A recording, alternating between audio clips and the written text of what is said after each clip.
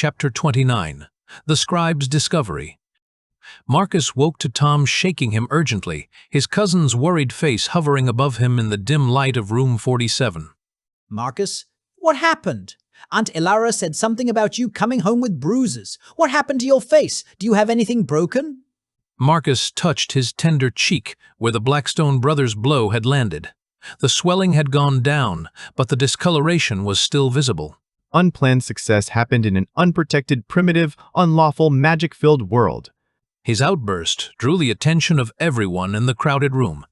Family members stopped their morning routines to stare at him with varying expressions of concern and confusion. Sorry, it's just, first new laws and guild regulations came down changing everything. I know why they came. They don't want us having hope of getting out of here. They want to block everyone from working outside their precious minds. This wouldn't have happened if I'd been there. I'm quitting today. From now on, I'm your bodyguard. No, Tom, one of them was a fire mage. We can't do anything against that kind of power. I don't care. Tom insisted, but Marcus could see the conflict in his eyes. Tom didn't want to abandon his father and uncles in the dangerous mines, but he also couldn't stand the thought of Marcus facing threats alone. I'll figure something out. Marcus suspected his cousin had already made up his mind. Marcus walked to the shop through streets that felt different now. More threatening, less hopeful. He was deep in thought about how to restart their business while navigating guild regulations, local politics, and apparently the king's advisors working against them. When he reached the shop, he found Sarah methodically cleaning up broken vials and splintered wood from the shelves, humming softly as she worked. Her cheerful demeanor seemed remarkable given the previous night's violence. Good morning, Marcus, she said brightly, though he noticed she was careful not to turn her head too quickly, probably still sore from the slap she'd received. Where's Aldrich? He went out early to inquire about permits and how to obtain them. He's also visiting oil merchants to see if anyone will sell to us without payment up front. As they discussed their limited options, the shop door opened with a decisive push. A young woman entered holding several worn advertisement papers in her hand. She was perhaps 20 years old with the confident bearing of someone accustomed to academic environments, and her clothes marked her as neither wealthy nobility nor common working class. Excuse me, but I need to speak with whoever created these. She held up the soap advertisements, her eyes bright with excitement. Marcus's heart sank. Oh no, what now? He thought. My lady, we are currently closed and not producing anything. We're selling only oils from my business partner's ancient family oil business. Been going for generations and generations. He shot a meaningful look at Sarah. Nothing else, right? Sarah? Yes, my lady. We only sell oils. Please don't give us any more fines. What oils? Fines? No, I'm not here for that. I'm here for this. My name is Alice Brightshield. I work at the academy as assistant to the head scribe. Marcus's attention sharpened at the familiar surname. That would be me. You are. Are you the sister of Sister Cora? My name is Marcus of Millhaven, and this is Sarah. Where do you know my big sister? She's always on the road with her military assignments. It was the one who evacuated us from our village along with Captain Kane. We talked during the journey, and she mentioned you. Me? Why would she mention me? Well, I was studying the language and other subjects, and she said that for further education, I should visit the academy and speak with Master Kaiman. She said you could help since you work there. Daimon. And that doesn't sound like my sister. She's usually focused on military matters, not academic recommendations. Marcus reached into his pocket and withdrew the embroidered stone that Sister Cora had given him. She also gave me this to give to you. I was waiting for my business to be stable and my language skills to be more advanced before visiting. This is one of mine. I gave this to her so she could send me messages.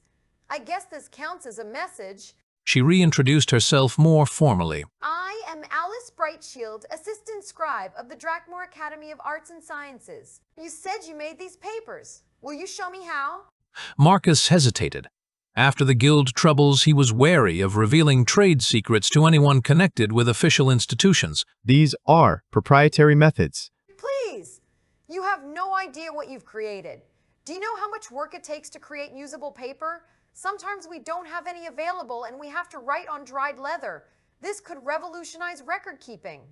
Despite his caution, Marcus found himself intrigued by her enthusiasm and her connection to Sister Cora. All right, but Sarah, please keep watch upstairs. If Aldrich returns, send him down to us.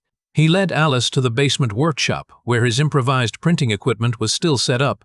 He showed her the large knife and cutting mechanism he'd built to shave thin layers from wood blocks. When we dry these shavings, we can use them as paper. You know what you've invented, don't you? This level of innovation.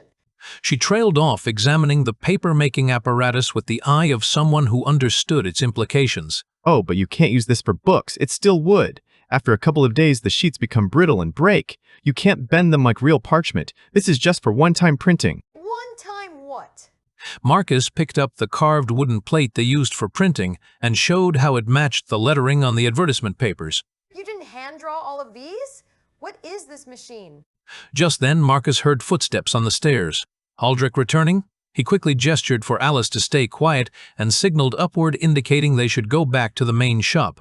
I can't actually show you the complete process. These are trade secrets. Trade secrets? You don't understand. With these methods, we could produce endless books and distribute them everywhere. The democratization of knowledge would be unprecedented. Upstairs, Marcus introduced Alice to Aldrich, who looked tired and frustrated from his morning inquiries. You must come to the academy tomorrow. I'll arrange a meeting with the head scribe. No, wait. I'll arrange a meeting with Master Timon himself. Thank you. And agreed to the visit, though. He wondered what new complications this might create. What was that all about? If it goes well, we might have another avenue for business. We'll need all the opportunities we can get. I asked about the permits today. How much do they cost? 10 silver for anything considered new innovation. But if there's any foreign assistance involved, it's 50 silver per month. Foreign assistance? I'm not foreign. I'm a citizen of Valdris. According to the guild officials, anyone who wasn't born in Drakmor and proposes innovations counts as foreign assistance. Those are the conditions. Marcus felt anger building in his chest.